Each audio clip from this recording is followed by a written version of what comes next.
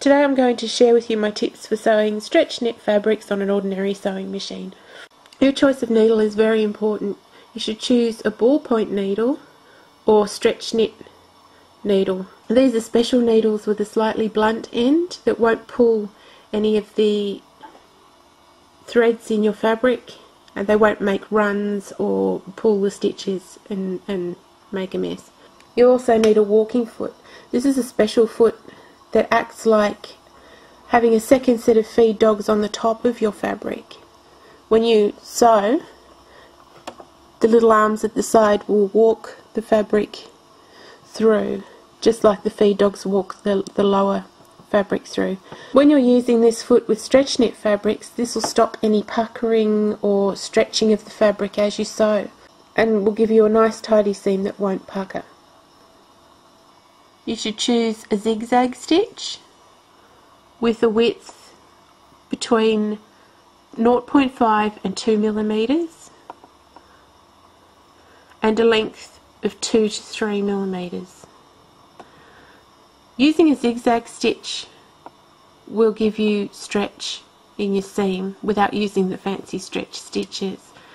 The width of the stitch will give you the level of stretch that you want.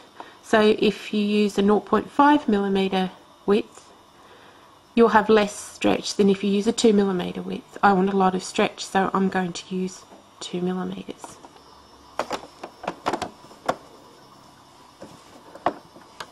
I'm using white thread here so that you can see the stitching. You should obviously use a thread that matches your fabric.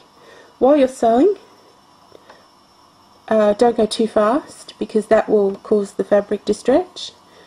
Sew at a sort of medium speed and your seam will look the way you want.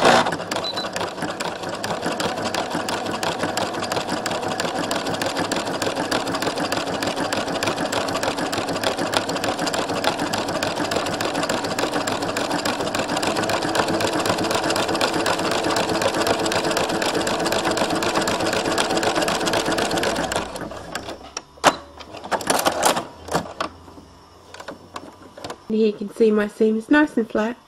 You can see a little bit of thread, but that's because I used white thread. If you're using matching thread, you won't be able to see it.